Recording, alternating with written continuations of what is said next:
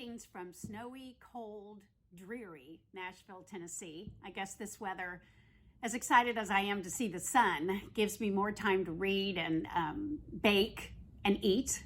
Hi, my name is Pam Lamp. I write a blog called Who I Met Today, where I interview and write about people who do interesting things that I'd like to learn more about. I'd love you to follow along. And if you have an interesting story yourself, or you know someone that you can connect me with, I'd love to hear from you. My latest request is I read a book and recently, I'm not going to talk about it today, maybe next month, but in the book were mudlarkers in England, and I'd love to interview a mudlarker and learn more about that. But for today, I have 6 novels. I know they're fiction, again, because that's mostly what I read.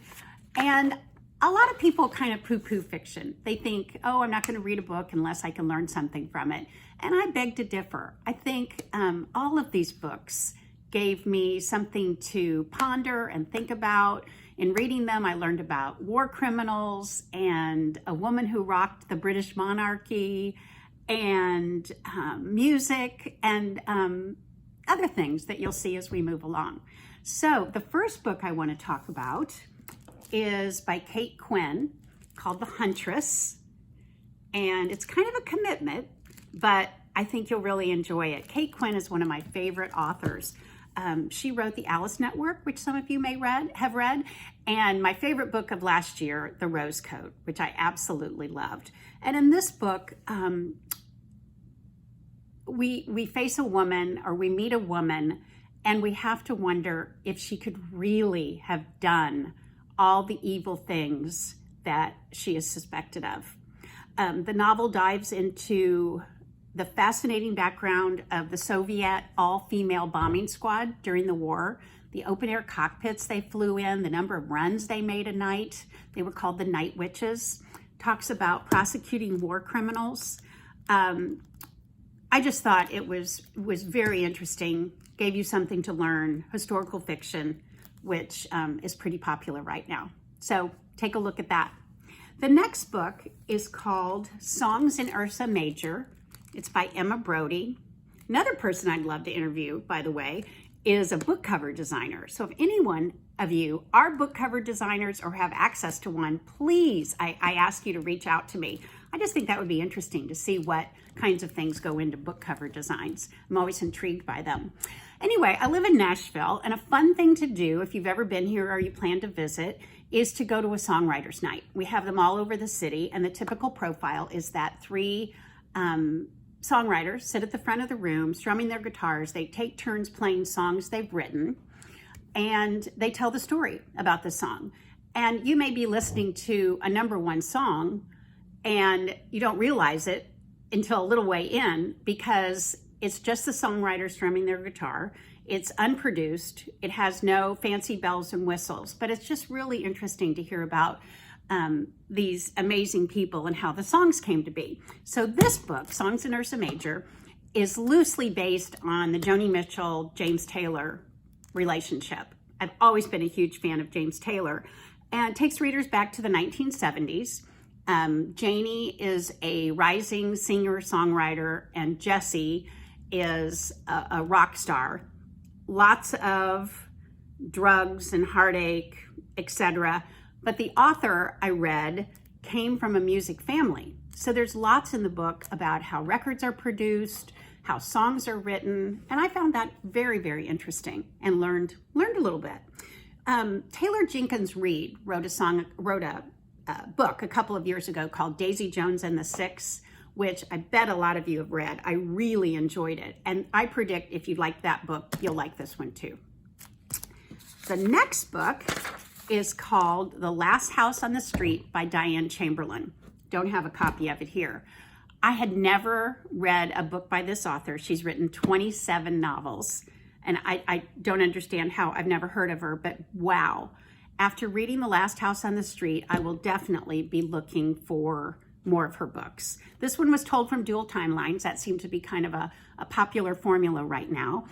Ellie grew up in a wooded North Carolina neighborhood in the 1960s, racially turbulent, She offered to register African American voters before the 1965 Voting Rights Act became law. She thought that this would be a productive, helpful, honorable way to spend her college summer, until things started happening in her community by and around the people that she was close to. In 2010, Kayla, who was an architect, and her young daughter moved into a home she had designed that happened to be on the same street that Ellie had grown up in. I hope that makes sense, kind of tying it together. And she wasn't welcome on the street. And, they start researching why and going back into the secrets that everyone has. So I thought it was a great read. It just came out. I was lucky enough to get an advanced copy of it, but it's available now. And I know other people that have read it that share my opinion. Next, Another Woman's Husband by Jill Paul. And, not cooperating. There it is. I read it on my iPad. Isn't that a pretty cover? I discovered Jill Paul, who lives outside of London and swims in a British pond every single day all year. I thought that was pretty impressive. I read a couple of her books, The Collector and Jackie and Maria, and really liked them. So I went back to see what else she's written, and this one came onto my radar. What sort of woman would cause a king to step down from the throne? Wallis Simpson, a lot of you may have heard of her and know the story. If you are a fan of The Crown or like following the adventures of the royal family, I predict you will like this book. A lot of facts in here along with the fiction. Mary Kirk and Wallace Warfield met at summer camp in the early 1900s, became almost lifelong friends. Wallace turned out to be the sort of friend that I know we've all had, the one that takes more than she gives and is kind of, as my dad used to say, a fair weather friend. It intersects with, again, a dual timeline. It intersects with a more modern story of Rachel and her fiance coming upon the crash in Paris that killed Princess Diana. So it's about two strong women, Wallis Simpson, Princess Diana, who challenged the British monarchy. And I really, really enjoyed it. The Seven Husbands of Evelyn Hugo. This is by, I don't have a copy of this book either. This is by Taylor Jenkins Reid, who I mentioned earlier had written Daisy Jones and the Six. My daughter-in-law recommended this book. And oh my gosh, anytime she recommends a book, I read it just so we have something to talk about. And we both really enjoyed this. Evelyn is an aging, I think she's 79 or 80, Hollywood legend. She's beautiful, she's glamorous. She's had, as you can tell from the title, 7 husbands, 7 marriages, 7 divorces. She's been very guarded and reclusive her whole life, but all of a sudden, out of the blue, she picks an unknown journalist named Monique to sit down with and relay her story. So she dishes on her 7 marriages, her 7 divorces, and spills the beans on how she chose the wrong thing most of the time. I think it's a great book club pick. And it left me wondering, not to give you a spoiler, but it left me wondering about some of the celebrities I read about in the paper and magazines and what their lives are really like. So let me know if you read that and think the same. And then the last one I have for today is Lady Clementine by Marie Benedict.